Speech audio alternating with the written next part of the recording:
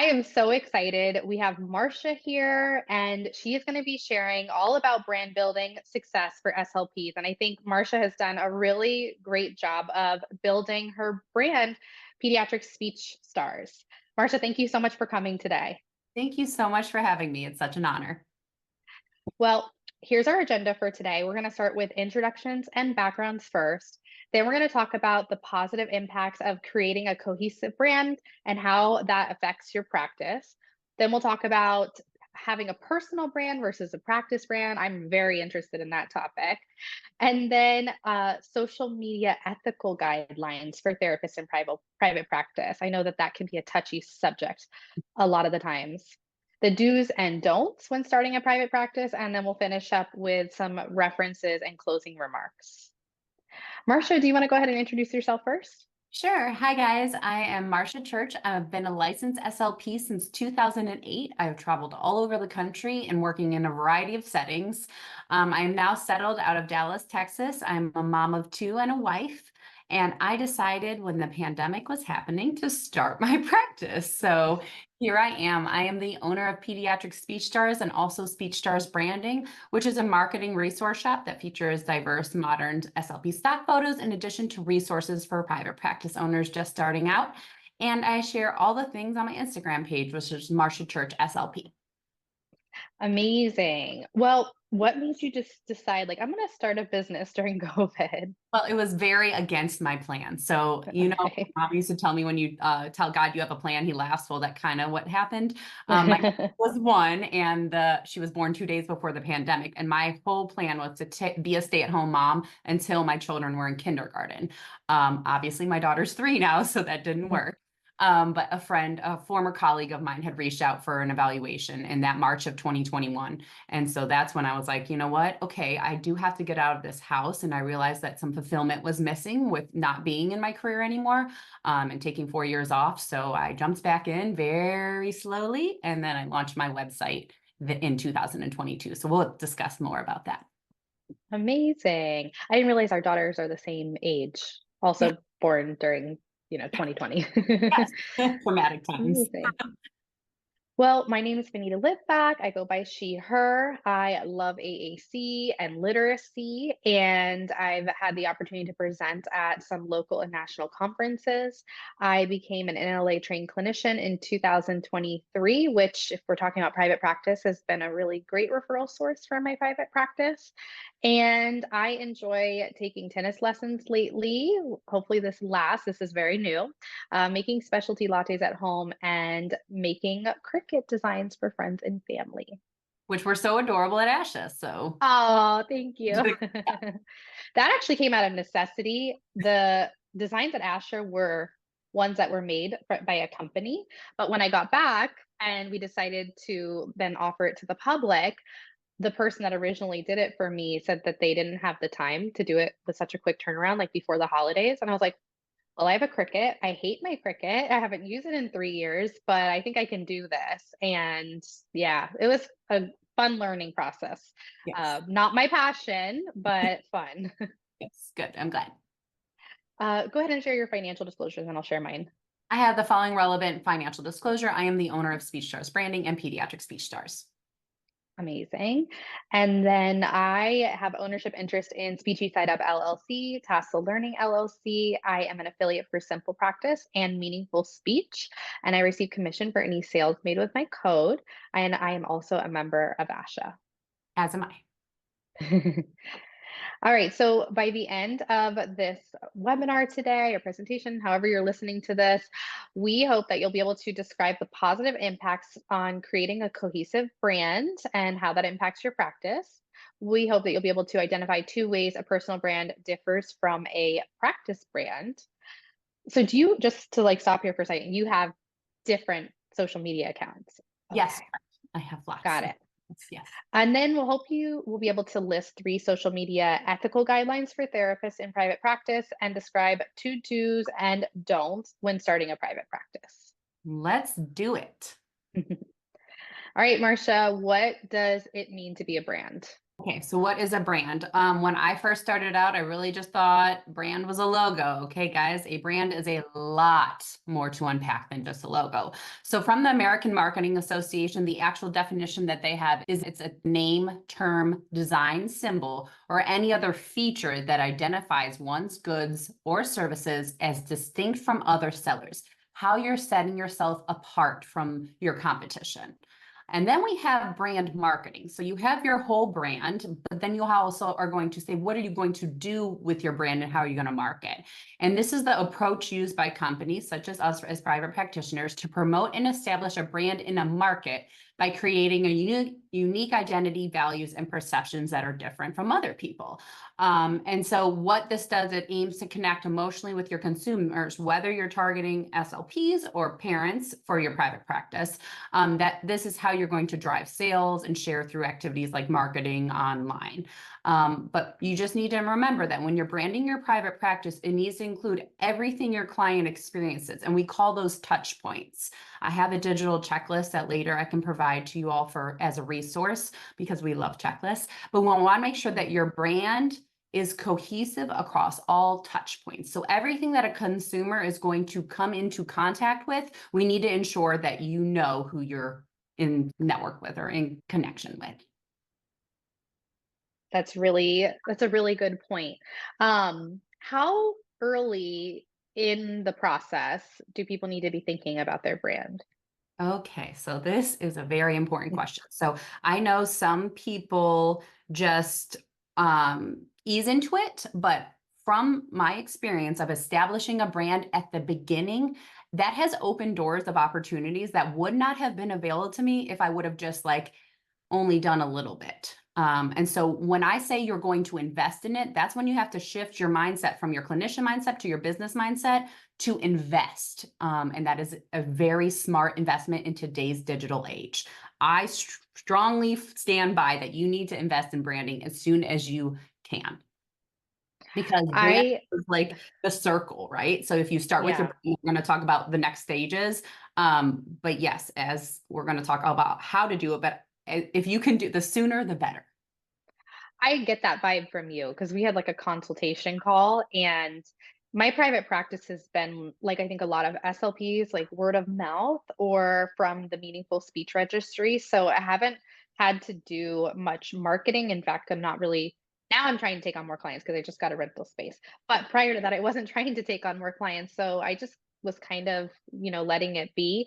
My website, Marcia, was combined. It was my private practice and the podcast, and there was like a lot going on, easier for me to manage, but not cohesive for people that are coming on, whether it's a parent or an SLP. Like there was a lot to go through. So oh, it was such a process, but I listened to you. So I split up my website. I made my website private practice. I made it the podcast. I got the two separate domains. And I just got confirmation actually today that my private practice is now registered with the state. So, yes, thank you for all of those suggestions. But so with the private practice, it's been all word of mouth. With Speechy Side Up, I think I knew the importance of branding from the beginning, so it hasn't changed very much. The colors have been the same, and like I invested in all of that in the beginning, and also recorded the podcast very like to the best of our ability at the time very well, and did a lot of editing so that it sounded good from the beginning. And then I kind of took all of those experiences and the things that I had learned with Speechy Side Up. And I don't know if a lot of people who are listening to this know, but I did caregiver me classes for like a year. But the branding for that was on point from the beginning. Like it had a cute name, the colors were cute, and it grew super fast. I think that's why, like you're describing that it opens up doors if you focus on branding from the beginning. I think it looked very legitimate from the beginning because Yes, of that. yes. Exactly. You want to look like a legitimate business, even if you're like, I started my practice from a pool table. Okay. But my online presence, because we're in the middle of transitioning and moving, you would have never known because my online presence and my brand was so strong and cohesive. And so I Mhm. want So my number one thing that I hear are private practitioners or everyone's excited to get started, but then no clients. So I believe building a brand in today's modern age is going to help you attract clients. And I can tell you how. Oh my gosh, everything you're saying is resonating so well because now I'm at the stage where I'm like, now I'm renting the space. I need to find clients quickly. Yes. Okay. So now focus on branding. I'm hearing it, Marcia. Okay, let's hear it. So why should you do this, right? Okay, so why should you brand your business? Because you need clients. Okay, so why is a great brand so powerful? It's because it can attract your ideal clients. It can establish trust in your community. It can help you build your online presence, and then it can open doors of opportunity. So all of these things have happened for me personally in the 2 years of me being online since I launched my website in February of 2022. That's amazing. Can you share like any stories that resonate with this topic? Wonderful. Okay, so attracting your ideal clients. So I set up at a community event in March of 2023, and a parent literally beelined it over to my booth to say, I recognize your brand from the preschool screenings. So again, my preschool Amazing. screenings, every single touch point that I have has pediatric speech charts, whether it's the coloring, whether it's aesthetically pleasing, all of it. That is my whole brand, and it attracts my clients. So that client signed up, and then she referred another, and then it starts that word of mouth referrals. But just for her to recognize my brand with my logo and never have spoken to me directly through my, other than through the screenings, which is a paper exchange, that's so important. Open doors of opportunities. I was on my surgery bed. I had fallen down and went boom, tore my ACL that same month I launched my website. But I got an opportunity to serve as a clinical advisory board member on a new EMR, all because the marketer who was behind the EMR liked my brand. Like I hadn't yet talked to my phone. I hadn't recorded stories because I was boycotting that for personal reasons because I wanted to let people know that you can still be successful and not have to talk to your phone because it's very out of my comfort zone talking to my phone. I guess it's my age, whatever. And so that door of opportunity, I now get that EMR for free. I was able to serve on that clinical advisory board for something that I didn't even know that I was qualified for, some imposter syndrome there, all because of my brand. So that's amazing. And then establishing trust in your community. I have parents, I have word of mouth referrals now, like that they were going to go into a preschool, but they already heard that we were wonderful. So it is just like backing up your brand. Okay. So I don't want you to like go out there and have this wonderful brand and then don't provide quality services. Okay, guys, because if you are going into private practice, I'm going to need your clinical expertise to be on point. You're going to need to be confident that you can get to that final outcome. And that's why it's important to niche down to attract your ideal clients. I love working with birth to 5. So that is who I built my brand around. I wanted the modern mom to call me. Okay. And the one huge thing that I realized coming into this SLP Instagram world, because I was, a stay-at-home mom and did not even think about SLPing for 4 years, guys. So I understand burnout. I understand taking a break. It was wonderful for my brain, for my career, but to really focus on what filled my cup. And when I came onto the SLP Instagram world, I saw that a lot of the marketing and the branding was targeting children. Okay. So but we have to switch that up. And I'm here to say that our target audience, if you're working in pediatrics, is not the child, it's the parent. And I understand because TPT was based for children to play with those materials. Okay, so that's different. When their target audience were children, TPT makes sense. But as private practitioners, the children are no longer our target audience. The mothers are, the fathers are, the caregivers are. So we have to be very cognizant when we are creating a brand that we want to be modern, elevated to attract the modern parent in today's digital world. Interesting. So instead of it being like cutesy and playful, you're saying more like what a maybe 20 to 40-year-old like parent would be interested in. 100%. Interesting. Yes, we Okay. still want them to think you're playful and Yeah. welcoming, but that's not what your marketing should look like.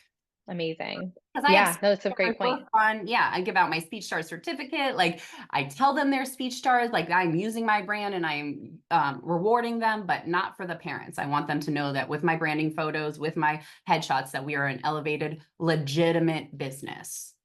Okay, very good to know.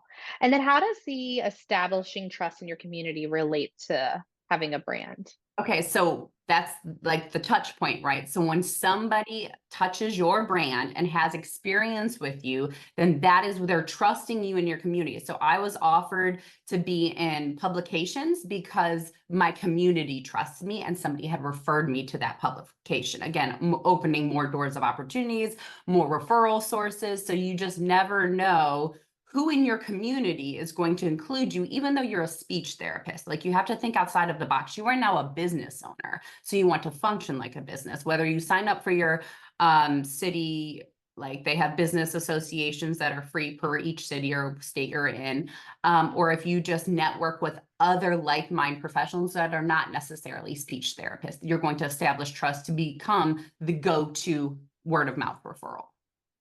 Yeah, okay, that makes sense. What are your suggestions, or are we gonna talk about, like, how to build trust? Yes. Okay, perfect. Anything else you wanna share here before we move on? Nope. Let's do it. Let's do it. So how can one create a cohesive brand for their practice? Okay, so what can you do in your private practice to establish a cohesive brand? Like I said from the jump, let's get logo and brand development. And I will scream from the rooftop. You cannot create a Canva logo, okay? You do not own the rights of that, okay? So just please don't do it. I'll talk about it later, but like just don't do it. So you need to go find, I have recommendations if you ever want to DM me, to somebody that is going to establish your whole brand kit. Your brand kit will include your logo, your sub logo, your colors, your fonts. It is going to, because if I don't have that skill set in me, I just know how to make things look aesthetically pleasing. That is Mhm. my superpower. So you need to invest in that. Along with that, you're going to need a website. I have in my shop a website kit that is $247, and it is a one pager because what I have found is parents that are coming to my website do not need to go through all 5 tabs.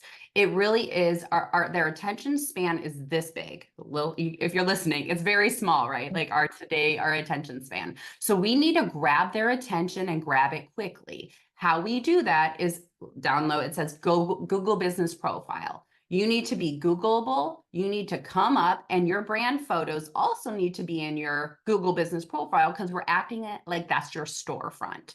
Okay. Then we want to attract the parents to come into your store. Once they come into your store, that can be your website. It does not have to be a robust website, just as long as it states the facts, it has a contact form for them to get more information. So just like a one pager is really all you need. So I would much rather recommend you invest in the brand logo and brand, which will cost you on average about $1,000.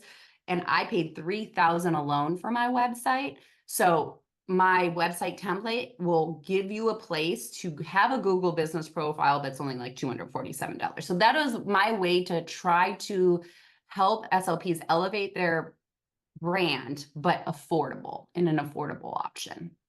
So not only that, and next investment is branding photos. So that was one big thing that was missing when I came into the SLP space a couple years ago, because I hardly saw any headshots. I didn't see brand photos, and I sure didn't see the SLP stock photos. That's why I created them.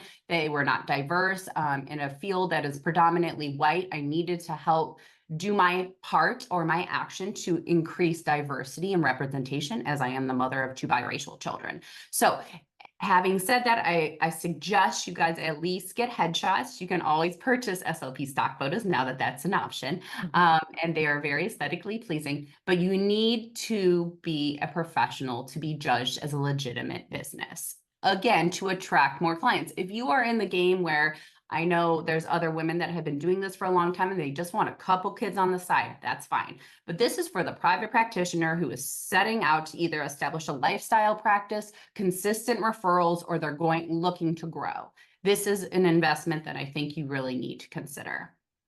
So having said that, once you get your logo, your brand, your website, your branding photos, then you're going to need to establish social media channels, which is your IG, Facebook, LinkedIn. I'm too old for TikTok or snapping or whatever these other options are. I refuse.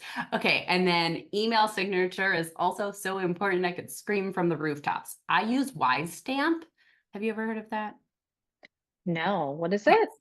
It's just called Stamp. It's an email signature that is beautifully aesthetically pleasing, and it can link all your links. It can show all of your community awards. It can post your shop, like if we're targeting SLPs for branding. But it's very important because the majority of people that are going to come to you for therapy, private practice, is going to be via email. So their first, they went to your storefront, they saw they liked it, they went to your website, they filled out your contact form. Now you're responding to them in an email. So we need to make sure that you also look like a legitimized business in your email signature.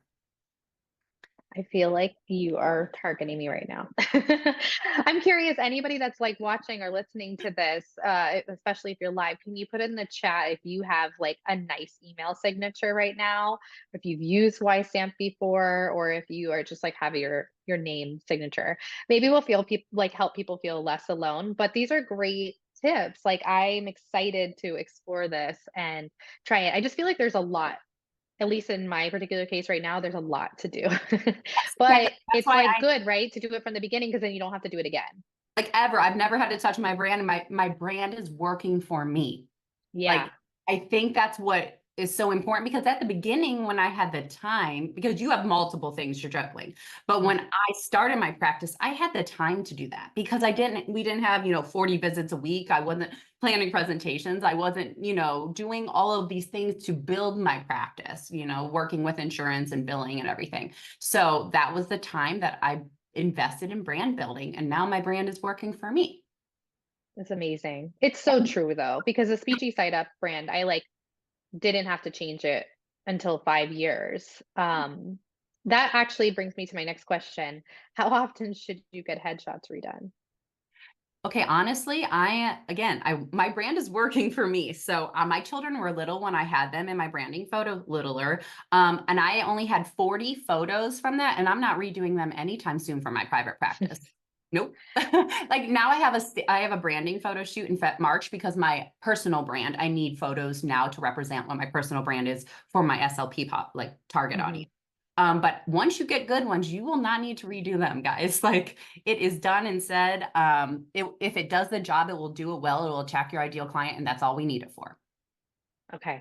That makes me feel better. I mean, I definitely need to get it done because I had blonde hair in there and now I'm brunette, but maybe I should get the brunette one so that whenever I change my hair color, I can just like change it back and forth, right?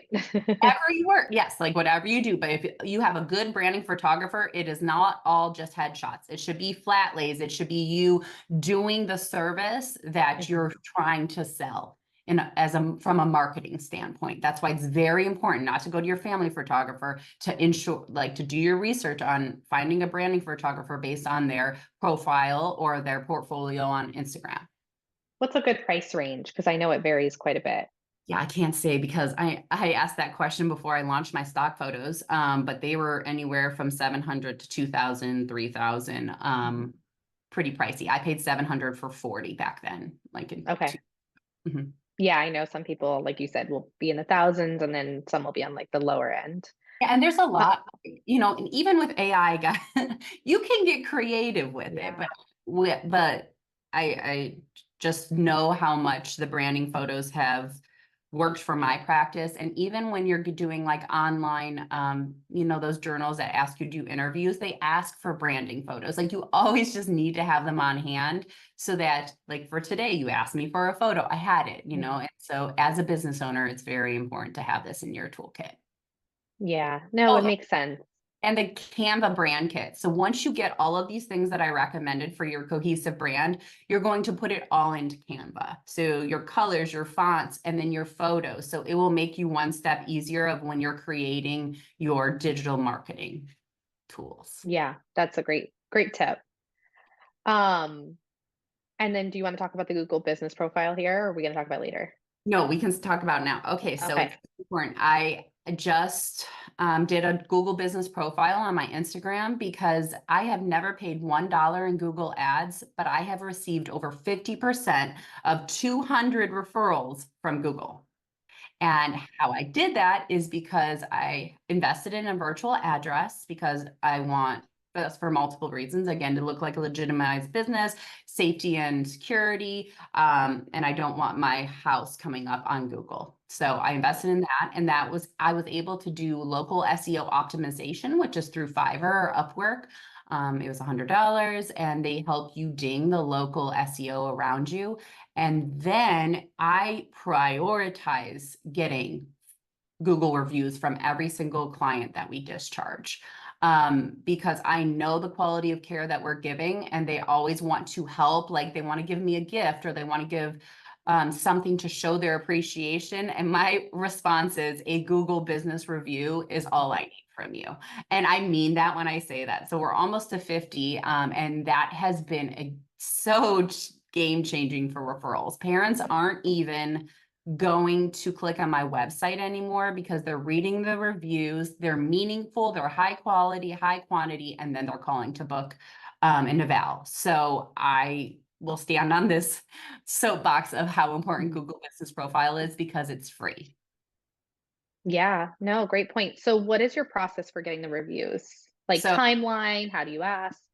sometimes, like say you're running like it's Christmas and we're giving back, we would appreciate your review. But I really wait until I know those clients are happy and they have seen results, because you never want to ask prematurely, because now you're just asking and it's not meaningful. So I will always ask at discharge. I give them a gift. I sell a private practice starter kit. And so in that starter kit, I know you have purchased it, but there's a marketing card included, and it shows how I have a word of mouth referral program, and then also asking for a Google business review.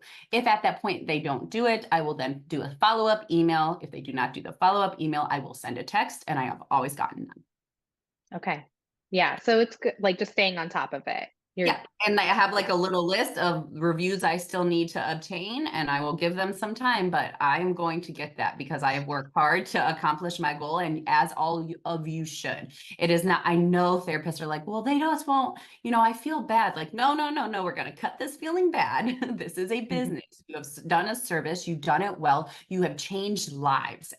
The least that these families can do for you is write you a review. How long does the review take to show up? Quick, right then, maybe 24 So hours. how do you know if they did it? You get an email or something? Yes, not automated. Okay. Yep. Okay. I got to Once you follow up put with my client. your Google Business Profile, you'll put the maps on your phone and you stay signed in, and it gives you like a notification along with an email. On your phone. Yeah. Okay. Very, very good to know. Thank you Yes, for and you sharing always that. want to keep it updated. You can say what insurances you accept. You need to make sure that if you win any community awards that matter, that the audience can identify like, oh, they won X, Y, and Z. Make sure you include that as well. What is the cons of not having an address? You can't optimize local SEO. Okay. So then you're just like floating in space.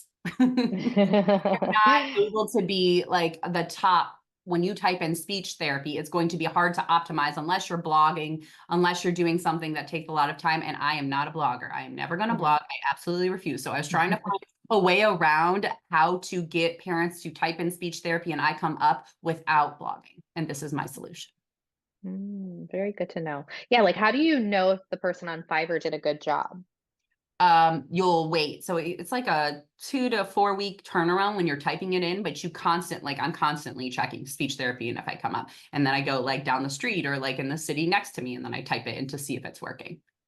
Okay. And then when you're getting Last calls, question. Go ahead. you're getting the phone calls, you always ask. It's on my intake form, and then also on the phone call, how did you find me? And they'll say Google. Gotcha. And then after you create your Google profile, do you remember how long it takes for that to show up if like you search like your city speech Yes. therapy? So you have to make sure that once you get that postcard, so a lot of people are like awaiting the postcard, but they never get it. So you need to follow up because they send you a postcard with a number to verify your account. Why Oh. I started down this virtual address, virtual office road is because I listened to Facebook groups where they said I could use a PO box and I was banned. So then I had to go to Fiverr and pay money to someone to teach me how to unban my Google business profile for using a PO box. So then once I paid that and got out of that mess, I was researching every option possible, and the virtual office was the best solution. This is really great for people to hear because I think these are like no one would have thought that having a PO box could like cause such an issue. Yeah, it's a really big headache. But I had a coaching client in Utah say that it worked for her. So it might be state dependent, it might be city Mm, dependent, it might be a Google glitch. So that's why I don't blast it from the rooftops. I just proceed with caution in getting an iPostal or PO box if you expect okay. to have a Google business profile that serves as a referral stream. Okay. Awesome. Thanks for sharing all of those tips. You're welcome. Ready to move on? Okay. Okay. So, what is a personal brand and why is it different? Okay, so now we're switching gear sets from our private practice brand to now our SLP personal brand. And this is the act of promoting yourself as a brand by crafting a distinct identity, reputation, and online presence to showcase your skills, expertise, and personality, aka speechy side up. This type of branding is normally used by professionals, influencers, entrepreneurs to enhance their careers, attract opportunities, and build a strong online presence.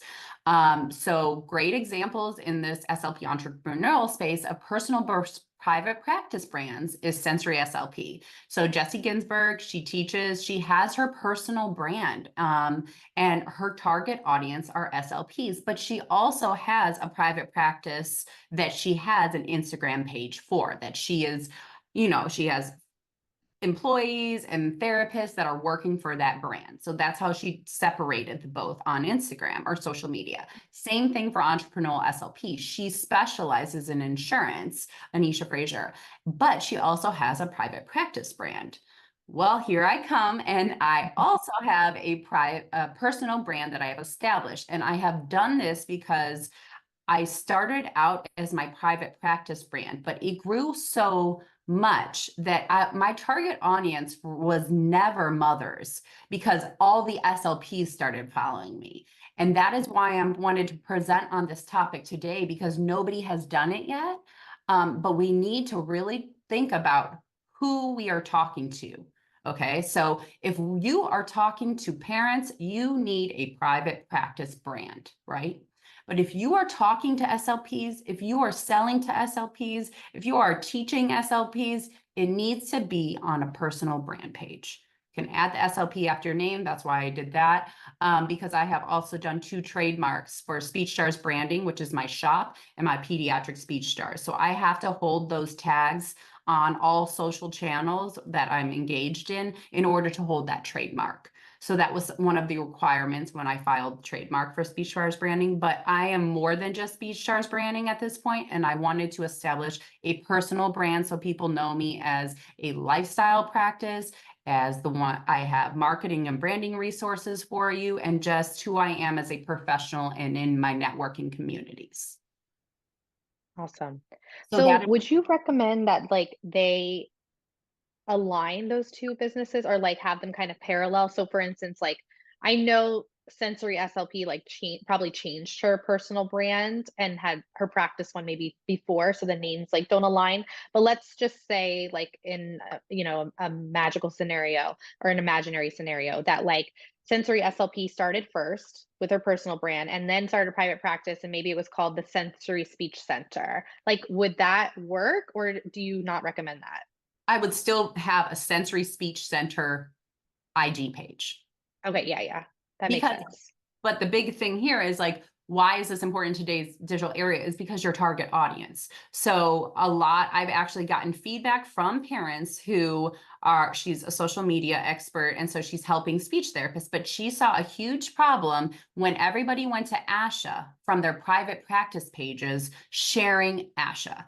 And so if Mhm. your target audience are parents, but they're watching you socialize, at what point do we need to hold our ethical standards of being a professional? We do. We need to keep our private practice, the content and who we're talking to separate, and let you be who you want to be as a professional on your personal page, your personal brand page, not your personal page, because mine is private. I don't show my vacation that just happened with all of my friends to my Marcia Church SLP page, because I don't think that that's appropriate.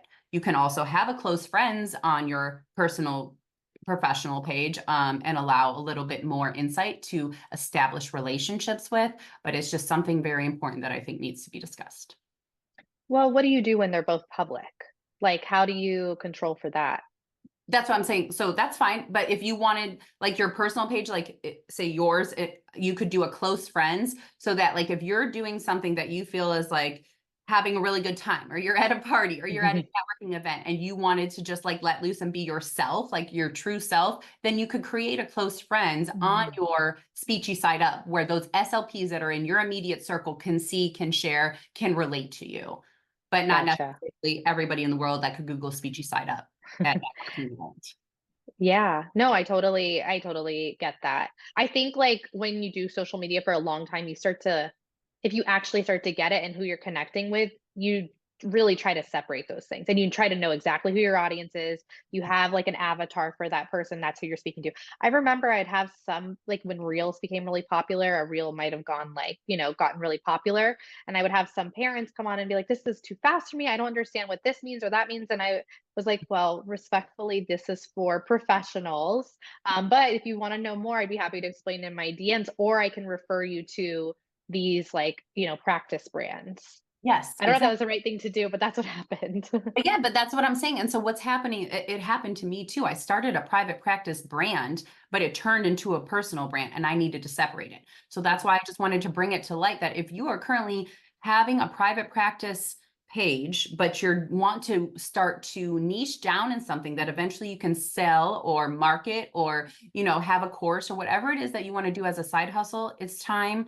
I know that it's hard to start one more thing, but it's really not that challenging. It's a very easy switch, and you will get your target audience. It doesn't matter how many followers you have. It matters who is engaged with your content, and it's easier to make connecting content if you have your right audience. That makes sense. The other question, I don't know if you're going to get to this at any point or if this is the right time to talk about it, but when you're thinking about opening up a private practice, most people, like if they're SLPs, are probably starting with speech therapy, but they're not sure if they want to have occupational therapy or physical therapy as part of their practice. Or maybe they don't want to at all, like they only want to do speech. What are your recommendations in establishing like a name and a Okay, brand? so that's on my tips. I think it's in like Okay, it's perfect. maybe the next slide. You read my mind. Oh yeah, this is just social media. Okay, we'll get to that then. Let's hold that thought. Yeah, so, like, if your target audience are SLPs, then what kind of page should you have? You kinda talked about this a little bit before, just, like, separating the 2, like, having an SLP page, having a parents page. Let's talk a little bit more about that. Yeah, so it basically says like when the code of ethics does not address the issue. I know ethics and ASHA, everybody has their own opinion, but I am going to pay my ASHA dues. So here I am, and I now have to abide by a code of ethics, right? So if it does not address the issue, best practice should be our guide. And I feel like it should just be common sense in our digital world that if you're talking to parents, you need a private practice page. If you're talking to SLPs, you need a personal brand page. So if Yeah. the goal of your practice should be to establish a community of network referrals, that was big too. So like when you start your practice page, you should be reaching out so that you have referral networks, so that you reach out to if you're a myotherapist, you're reaching out to dentists, you're communicating through that page, that channel, right? It's used as a marketing tool. But what I've learned in the 2 years, parents do not, when I needed an occupational therapist for my son, I surely did not go and Google one on Instagram. I used the two major search engines that mothers do today: Facebook and Google, right? Because Facebook, you can search, that's basically a word of mouth referral. And then Google is, let me read how many reviews you get and how many 5 stars you get. And then you can have my time and I'll give you a call. So that is something that this is my personal life experience, that's what people always ask me, like, should I start my private, Instagram stressing me out. There are things that you can invest in, like social media courses and managers, but do I really think that that's where I want you to put your money in? No, I believe that you should be branding and have all of the thing and set it up and then use other channels to get your referrals. Mhm. That makes sense. So I hear this a lot, like in your Instagram bio, you shouldn't talk about like your other businesses, but I feel like in this case, you kind of have to, right? Like you have to point parents or SLPs, vice versa, in the right direction. Yeah, so I had a social media audit and she said that in my situation, it's fine to like let Okay, them know, yeah, that you have a private practice and you just redirect. I do not put my personal brand ad on my private practice page because I don't want parents to come to my Marcia Church SLP. I want this to only to be to SLPs because the information that I'm putting out is not, it has nothing to do with parenting. gotcha. That makes sense. This is such good information. I think that anybody that's listening, their mind is just like, you know, going on all the different like places. It seems like there's probably more to do because you have to think about these things ahead of time, but it's going to set them up for success in the long term. Yes, and I have this beautiful digital branding checklist for private practitioners that is free. You guys just let me know, and we'll put everything I'm talking about today in a checklist form. Amazing. Yes, we'll definitely find a way to get that to everybody who is watching or listening today. Wonderful. So, the ethical guidelines, what should we keep in mind? Okay, so I dug through the ethics and a couple of things that I have seen out in the Instagram streets. I just want to say right now is do not misrepresent your services, products, or your credentials.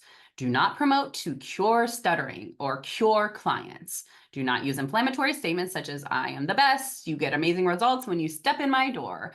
Do not ensure that you have another thing I've seen is ensure you obtain informed consent from the person that you serve to share testimonials. Like that should be in your intake form. If you have purchased Jenna Castor bonds, it is also included in there because you need to ensure there is an exception in the rule that if you have informed consent, then you're able to post testimonials. I still would on any type of social media platform, I just say a parent of a 2-year-old, a parent of a 4-year-old, because at the end of the day, they can go to your Google reviews and see the name of that person, but that is the parent, that is not the child who is the client. So that's just something to consider. And then make sure you have informed consent if you ever post a child's face, picture, video on your private practice page, okay? Because I think some people are getting a little reckless out there and they were just like, other people are doing this, let me show my therapy videos. I have that in my intake paperwork for a future, possible course. But you need to ensure that you're getting informed consent before you share anywhere. Immediate consent, make sure you do that. Voice too. People don't realize that voice Oh, also, yes, you're right. right? Yes, any Yeah. identifying information, correct. Yeah, like I'll see SLPs like film themselves doing the therapy, but then you can hear the child's voice on the other side, and that also needs consent too. Yes, so everything, let's get consent. Yes, we love that seeing the actual therapy. I love it too. To show the quality of therapy that yes, you're putting that on your page to let parents know what it looks like, but you need to ensure that you are not breaking any rules, especially with HIPAA. Mhm. Yeah, I feel like it's so dicey nowadays too, especially with like reels and catchy like subject lines, like the whole not promoting to cure clients or like show what your success or what your results are. It's very dicey. Yes, so tread lightly, guys. Yeah. Don't Have snake. you seen anything like that you were like, "Ugh," that you like to share Um, here? Well, just that I've seen people promote that they like serve pediatrics and promising like kind of falsely marketing when they in fact aren't a pediatric therapist. So Oh. we just need to ensure that we're ethically doing what we have the skill set to do, not that we're just like, it's one thing to do branding and it's another to not back your branding. So careful with your words and your marketing that you choose, but you need to ensure that your brand is legit of what you're capable of. How does this like what happens when you have somebody else managing your social media? Let's say they cross an ethical like guideline or boundary. Like, are you responsible or does it fall on that person that posted on your social media? It's your social media. So that's just like insurance. That's why I don't hire a biller because at the end of the day, it's my license on the line. So no, I will not hire a biller because I'm going to be dealing with those. I'm going to take the brunt of anything because I need to insure. So yeah, I don't delegate until I know the task. Oh, wow. Super, super good information. Thank you, Marcia. You're welcome. Anything else you want to talk about with ethical guidelines before we move on? No, it's touchy. So you all just choose wisely. Yeah. All right. So what are the do's and don'ts when starting a private practice? Okay, so I think we talked about this before. Make sure when you're considering a name that you consider a more general name and it's not too personalized to you, because the end goal of starting every business should be to sell the business. Mhm. Okay, so yes, you can always change the name, you can do a DBA, but if you're going to invest in branding, let's really think about what you want. I have no intention of bringing other therapies on board. If I did, it would be pediatric therapy stars, but I'm not. I knew that could be my option, but that's just not something I'm willing to do right now.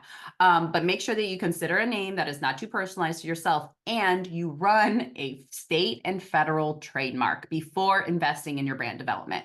Do not copy someone's brand. Do not copy their name. Like if you're searching, I've seen this same situation happen. They're like, oh yeah, I had to do a so-and-so, let's say like risingstarsSpeechTherapy.com or something.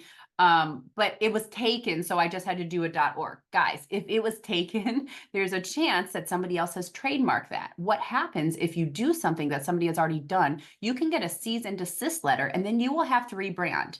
Under no circumstance am I willing to impact the impact of my brand so far in this community and online to get a cease and desist letter. So that is why I also chose to invest in a trademark. I work with a woman trademark attorney who only works with women businesses. She's Mhm. wonderful. But that's just something to keep in mind. Like it's all good, but I know that a lot of speech therapists are starting to understand trademark the more that we get into business, and they're doing it. So it's very important. Yeah. There's a book that I highly recommend to anybody that is watching today. I think it's called Hello, My Name is Awesome. And it is all about like naming your brand. And it is so helpful because it Oh, talks about this. okay, perfect. Uh, After reading that book, I trademarked tassel. And actually, I was searching recently, and somebody else is like using the name for a very similar like concept, but I don't think I want to like go through with the cease and desist. So we'll see how much it's not for like SLPs, but Okay, it's like online education and tassel is trademarked. So so yeah, somebody might be getting an email later. I'm just, we'll see. We'll see what happens. you got to But shift that mindset. But yes.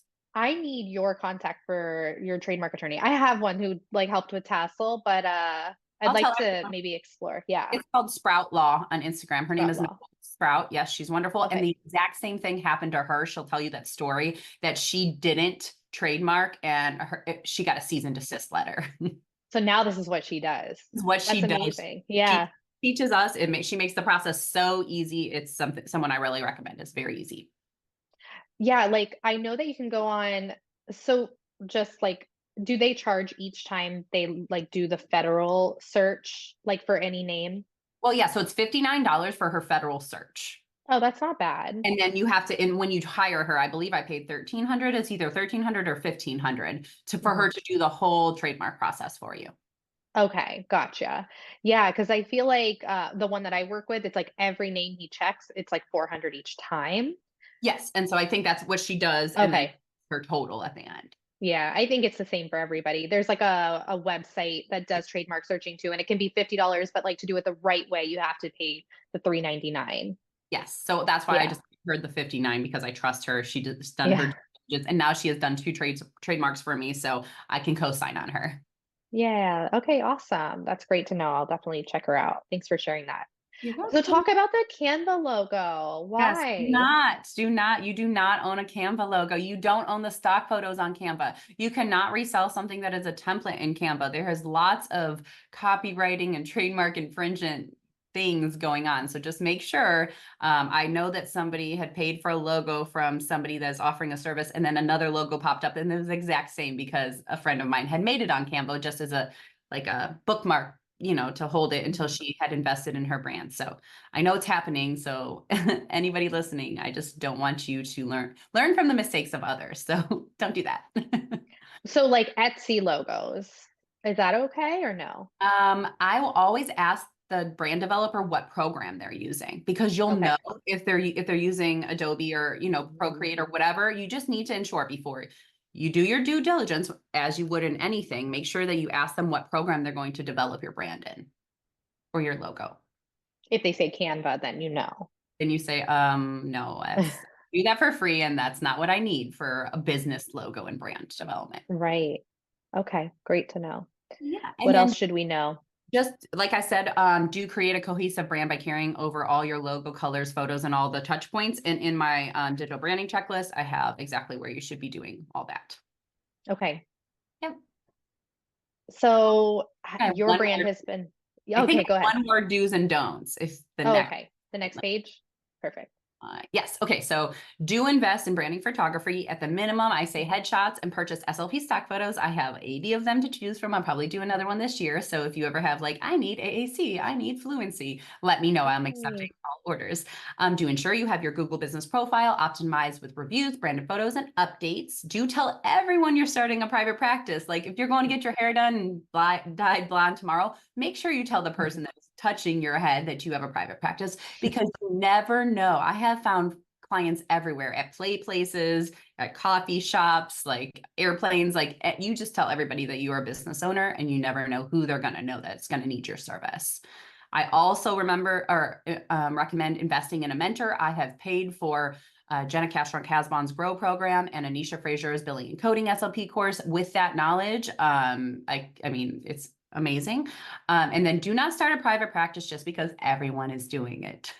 If you I have a hard time confronting people or like having difficult conversations, establishing boundaries, you feel uncomfortable. I have a therapist on my team now that is just like, I don't want to do that. I have no interest. Just send me the kids and I'll be on my way. Right. So some just don't feel like it's your pressure to do a private practice if it's not in your heart to do it. I love that because I think there is this huge push to like get SLPs into private practice. And my fear is that SLPs will like leave their careers or their job, do private practice, not be happy, and then just be like, SLP is not for me. I didn't work Yes. as an employee. It didn't work as a private practice owner. Like, I'm just going to try something completely different. Yes. And give up. Um, and give Yeah. up. Yeah. I feel like I met so many people too when I was like, especially in graduate school, I was like very aware of this that had like, especially professors had a private practice. It didn't work out for them. And now they were like teaching. And I was like, why is that? Like, why did so many people have private practices, but like don't do it anymore? So I think I've always gone into it very cautiously. Like, I was never thinking, I want to have like a private practice. Like, I want that to be my main business.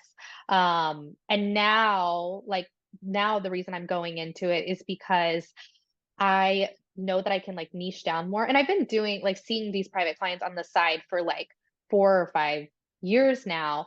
But I'm getting to a point where I have to make a decision whether I'm going to keep driving around my geographical area or if I want to grow it from like one space and like have them come see me.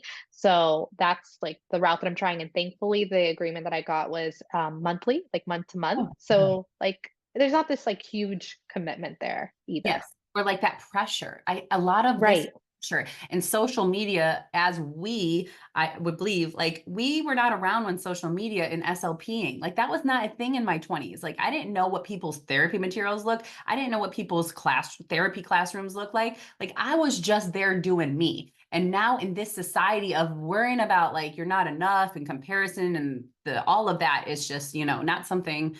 I just want everyone to know that to try their best to not compare to someone else's journey. Like my journey, I was like in broom closets at 23, right? In Arizona. Like this is not my life. And so I think it's really important to try to control what you see. Yeah. Yeah, and really sit on it, really think about like your skill set, your boundaries, like what you're good at. And I think this also the private practice came out of we've talked about this because actually Marcia was my mentor for private practice. So if you need somebody, I highly recommend her. Mhm. But we talked about I had a really good what I thought seemingly good job opportunity, 15 hours a week, great pay, seemed like flexible, but when the curtain started to be lifted, there was a lot of restrictions and wanting me to stay pretty late past like when my daughter was out of school. And Marcia was like, just, start your own thing. Like, why not? You already are doing your own thing. And I was like, yeah, you're right. Like, probably should do this. So after turning that down, now I'm deciding to like take on my own clients because if I could do it for them, why wouldn't I just do it for myself? Yes, exactly. And you guys, there's so many tools. Like these conferences are so great. I was an attendee last year and now I'm presenting. So like there Yeah. is just so much doors of opportunity when you have a good brand, when you're good at what you do, and like it's fulfilling. Like I should have always been a businesswoman. This is my strength. Like I just underestimated like when I was going to do this, right? And so I encourage everyone, if you have a little inclination to do it, but I also want to just say, do not do it if it's not for you. Hmm. Yeah. Yeah. What are like your pros and cons of private practice? We might have talked about this during our I don't call. know. I think do I have one slide left? Did I say Okay, anything? let's see. Let's see I if they're think on I there. only have, oh yeah, okay, here. This is my last wrapping up. Hmm. So my pros and okay, so let's do the building your online presence and then we'll do my Okay. cons. Okay, Okay. so I just wanted to touch on if you're building a practice brand, what you should be doing. You want to be able to Google yourself. You want to like that's what everything that have been talking about all presentation is you need to be able to Google yourself. Pediatric speech charts, what comes up? Engage in those digital articles. If anybody asks you like, hey, I'm going to do an article on you, do it because it will help your SEO. It will get your page, your online presence elevated. Social media channels, make sure you have them. I don't, I'm not big on Mhm. frequency of posting. That is like my thing. Me neither. I literally made a plan to do like one post a week, and I think I got up to 100 in 2 years. Like I would just go against the grain of the frequency of social media because I choose not to. I would rather much connect with people in real life than to be talking to my phone. You can blog. I'm not a blogger, so I'm gonna just tell you that will help your SEO. You can do an email list for if you are in targeting parents, if you're specializing in feeding, you can send them ebooks, digital courses. Those are all the things that help you establish your online presence. And then for your person, which is your target audience for your practice brand, should just be parents. Okay. But your personal brand. So Vanita has done this a very good job with Speechy Side Up. I met her at ASHA this year and I was like, oh my gosh, your voice. Like I can hear you. Like I have listened to you back in the day, like on my car rides. And so her personal brand is because she has a podcast and it's her voice. So her social media channels, you can create a close friends group on your personal brand page, like I said, to connect a little more, to let them know the type of person you are behind because you're not just an SLP. You're a mom, you're a human, you're a wife, you're a good time, whatever you are, it can be in your close friends group. Okay. And so you get an email list, you can do a shop, affiliate marketing, and network events to build your SLP network group. Awesome. Okay. Yeah, let's see the Okay. pros and let's talk about the pros and cons and we'll get into the references and resources. The pros and cons. So that is why I recommend the con of private practice, only seeing private clients is the steady streams of referrals. And so it takes time to establish these referrals and you never know. It's like a roller coaster, right?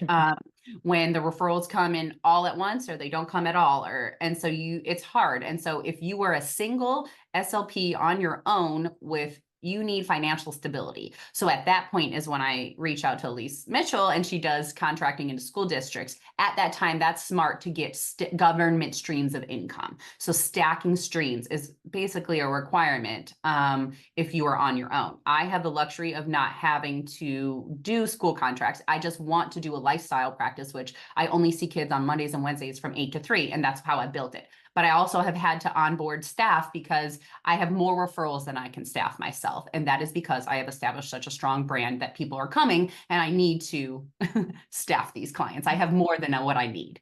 And so, but the pro is as a parent, like I always thought that I wanted to be a school-based SLP because I wanted my kids' schedule. But now in private practice, because nobody really taught me about private practice back in grad school in 2007. And so now I realize that I have the control to do anything I want. With my ability to set boundaries, I can see kids when I want to see them. I can go on vacations with my families. The flexibility of private practice is very key. I think that that is such a good reminder because, like, especially, I don't know, me personally, I'm such a yes person. So just like making sure I hold those boundaries firm and then people will like accommodate. That happened with a recent client of mine. Like, they needed a certain time. And I was like, I'm sorry, I can't. Like, this is the time that I can do. And then they said, okay. So, like, some people are better at pushing back more than you are. So you just have to be very firm in like your boundaries and just know, like, you know, is it worth like losing this person? But sometimes saying no to somebody means you'll be able to say yes to somebody else. Yeah. You miss one bus, another one's coming. Same thing in high school, guys. Exactly. Exactly. I think they had time to look at these references and resources. Anything else you want to share about that before we wrap up? I read the book Building a Story Brand by Donald Miller. That was So wonderful. good. Yeah, have time to read or you want to get more into branding. I have a digital branding checklist, and then those are just our references from earlier. So yeah, that's it. Awesome. And then where can everybody find and connect with you?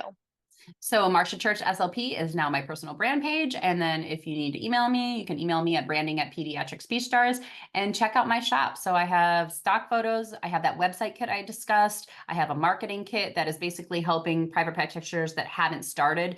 Just it simplifies everything that you need to do, and you don't have that stress of a preschool asked me for a marketing folder and I don't have it. Mhm. Like it is a plug and play. You're ready to go. And that's what it's there. So, and then I offer coaching calls.